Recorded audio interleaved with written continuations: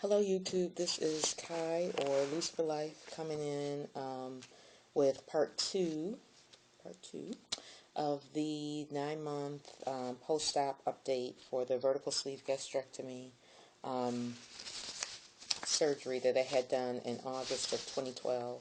Um, I broke it in two parts because, I can just be long-winded sometimes.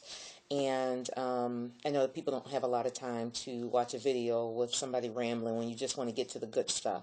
I remember back when I used to watch videos when I was pre-op, sometimes I would be in the mood to watch a 12-minute video or have the time to watch a 12-minute video, and it was great. It was like, I couldn't get enough information. It's like, say more, say more.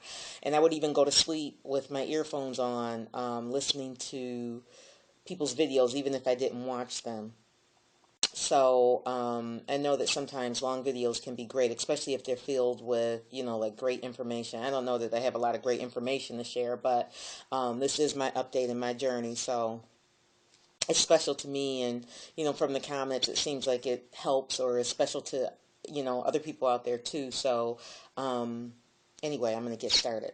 So I gave all my numbers and everything in the part one. So if you are catching part two and didn't see part one, go ahead and watch part one to get all the other stuff. I made myself a list because my memory is not great. In this video, I'm going to talk about why I have not lost more weight, what I'm going to do to get back on track, and share a couple of snippets, NSVs, and I'm going to try and do a body shot first. In fact, you know what? Let's do the body shot now, because the video always cuts off when I get ready to do the body shot. Like, it is the most bizarre thing to me. Okay, so I think I got an okay setup here for the body shots. I have on I think this is a large t-shirt. These are extra large yoga pants, and they're quite roomy now. I just want you guys to be able to, like, really see my physique, because I always hated that if, like, people didn't give good body shots. Okay, front view. I obviously have some tummy action going on here. I have a very, very soft core. Like, you can see that. Like, if I suck in, I don't think it looks that bad. I always wear a Spanx type body shaper. I'm going to go ahead and turn around to the back so you can see what that looks like. Because my midsection is so soft, of course I could do some exercises that would help firm that up, but I'm not that well disciplined yet, and I don't know how much I care about it, like, I care on one level. I want it to look nice, but on another level, I always feel like I look good in my clothes, so I guess I'm not really that motivated to do it yet. As always, excuse the house. I have two young boys, and they have a lot of toys. So this is obviously my lower body. I guess you only need up to the knees, right? Like, I don't have, like, unusually strange knees or anything like that to show, like, kind of like a normal size. This is the best I can do with the camera. It's my butt. And I'll show you. You can look at my back. I don't think I have a lot of back fat going on. Obviously, I could tone up. That's quite obvious. But anyway, this is me at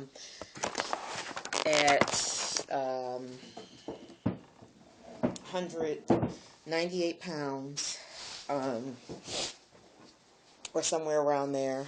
I am 5'2", so I could obviously stand to go down a lot more, and still not look too small. I know some of the girls on here are like 5'7" and 5'9", like model-esque. They could probably be at 198 and look fabulous. But for me, I feel fabulous, but on certain days I kind of feel like, oh yeah, I could go down more. And then on other days, I'm like, you look fine, girl. Just stay where you are. Everybody I run into, people who knew me from the past, a lot of people are having a hard time recognizing me.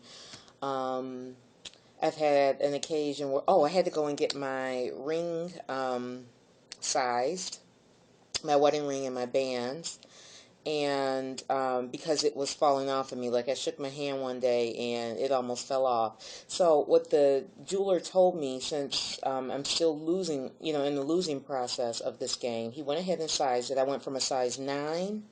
I remember even being a 9.5, but at the beginning of this journey, I was a 9, and this is now a 7. So what he did, these were 3 separate rings in the past, and what he did is soldered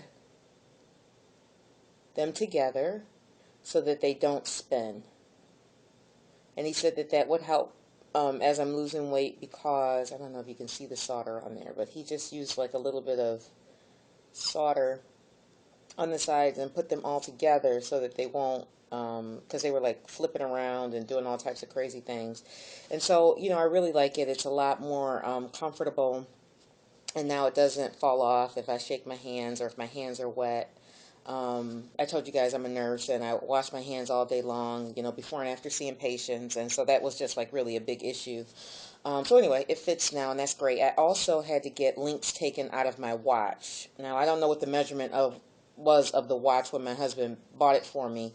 That was a few years back, but anyway, I got 2 links taken out of the watch. And so now it fits nice and snug.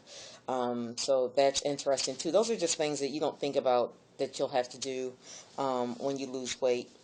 Okay, I also wanted to share this card that I think is really nice that my surgeon's office gives us. And you carry this in your wallet. They give you one after surgery. You carry it in your wallet, they tell you, and then you also give one to your support person. At my surgeon's office, we have to bring a support person with us, and that person has to come with you for your visit when you get your surgery date to find out about the surgery and what the aftercare will be like. And they are also supposed to go to the seminar with you in the very beginning.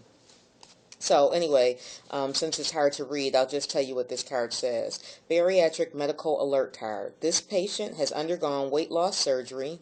If seen in your urgent care facility, please contact his or her bariatric surgeon, and it gives a number or another number immediately. Do not use or place an NG tube or OG tube in this patient. So they're telling the medical person who comes upon this patient, do not put a tube in this patient's nose that goes down to the stomach, and do not put a tube in the person's mouth that goes down to the stomach, because this person's stomach has been altered.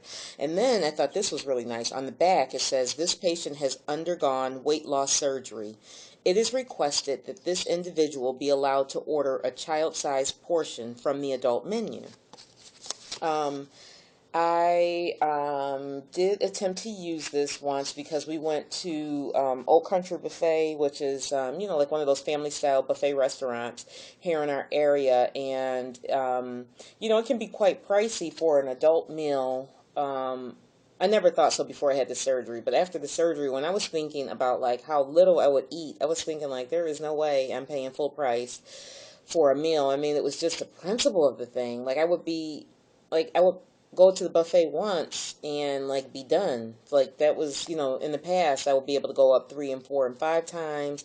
And I even remember having to pour salt on my baked goods that I would get from the buffet, because that was the only way I could control myself from eating them. So anyway, so I used the card there, and unfortunately the manager, who was really, really nice, told me that they don't partake in anything like that, but he was willing to charge me a senior price. So my husband got upset and said, to heck with that, we're not doing it. We'll go across the street to Fridays, to GI Fridays, which is his favorite restaurant anyway.